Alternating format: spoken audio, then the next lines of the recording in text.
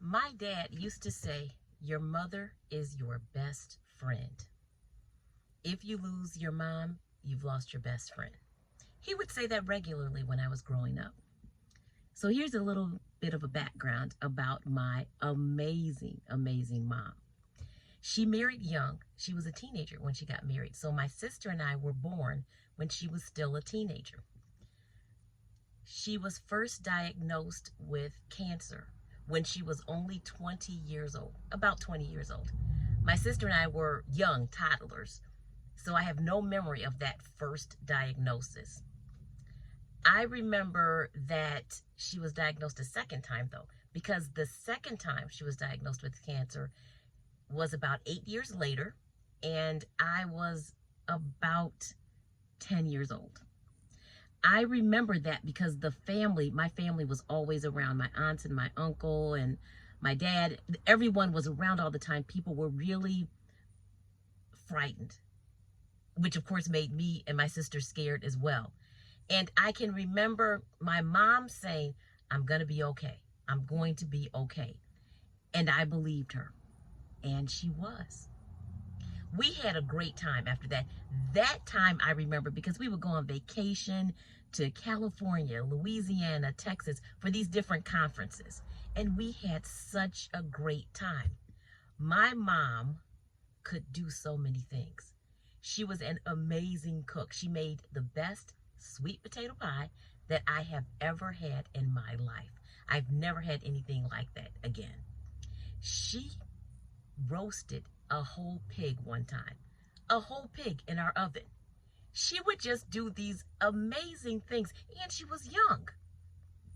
I remember one time my sister wanted to be a clown for Halloween, and my mom made her costume. It was incredible. It looked like something you'd buy from the store that had been custom made. She seemed to do whatever she set out to do.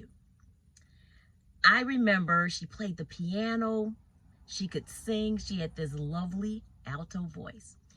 And my dad was a minister, so she had to do a lot of things in the church. And she was in the missionary society. One of the projects that she led was this trip around the world.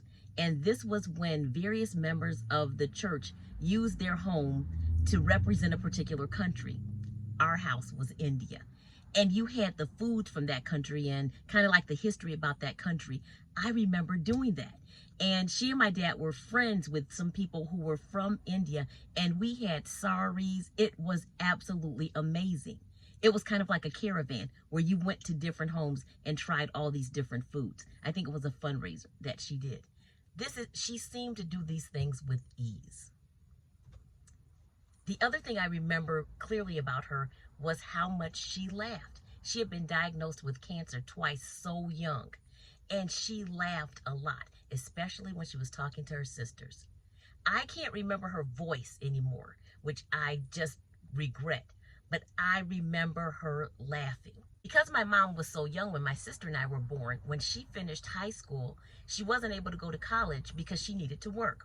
She and my dad worked. So she really wanted to go to college. She was really smart. She was very, very smart. And my dad was supportive of her going. So she went to college. And she graduated with honors in 1979. She wanted to be a teacher. She got her first teaching assignment. It was a high school. It was during this time, it was either 1980 or 1981, that she was diagnosed with cancer for a third time. I remember her doctors. She had the nicest doctors, and they did all they knew to do at that time. I remember specifically Dr. Slayton. He was the nicest man. This is what I remember. She was in the hospital. This was in July. And my sister and I were sitting by these windows near the bank of elevators. And we were just looking out the window because we were so sad. My memory of that is so clear because it was a beautiful, beautiful summer day. and the sun was shining, the trees, the leaves were so green, and it looked so happy outside that window. And we were so sad on the other side of that window. And I remember as we were sitting there, Dr. Slayton walked over to where we were. He was such a nice doctor. And he stood there and he looked so sad. And he said, "Your mom is just so sick."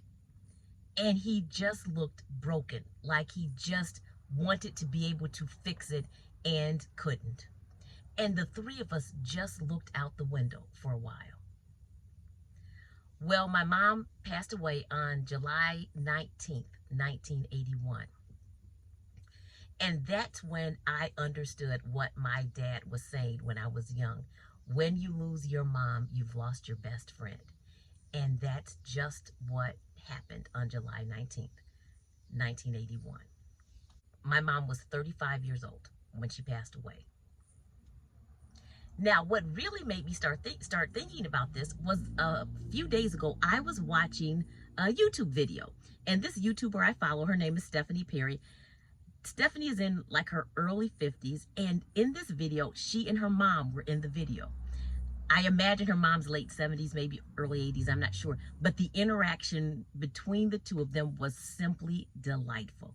It was just wonderful. As a matter of fact, when I was looking at some of the comments, so many people made comments about how wonderful it was to see Stephanie and her mom together. I thought, I wish I'd had that time with my mom, because when she passed away, I was 18.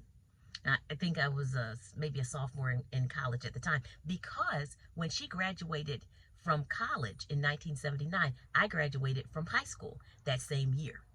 So that's how I remember how old I was at the time. That video is what prompted me to do this video about the wonderful, strong mom that I wanted to pay tribute to, and I wanted to tell you about her. I am so grateful for the strength and the faith that she instilled in me, and as well as my sister. I remember my aunt telling me sometime after my mom had passed away, she told me that she and her sisters and brother were at the hospital with my mom, and they were gathered around her bed because this was near when we knew that things weren't going to get better. And she prayed while they were there.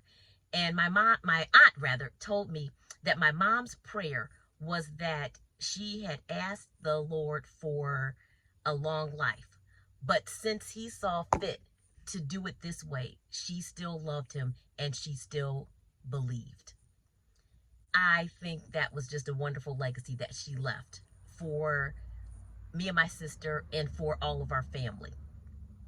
The last thing I want to talk about is just a couple of days ago, which is surprising because I was watching this video on Reflections of Life. And this particular woman was talking about when her father passed away. And she made this statement that just resonated with me.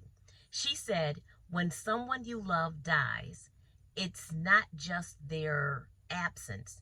It's that the world shifts. The world is not the same place it was without them in it.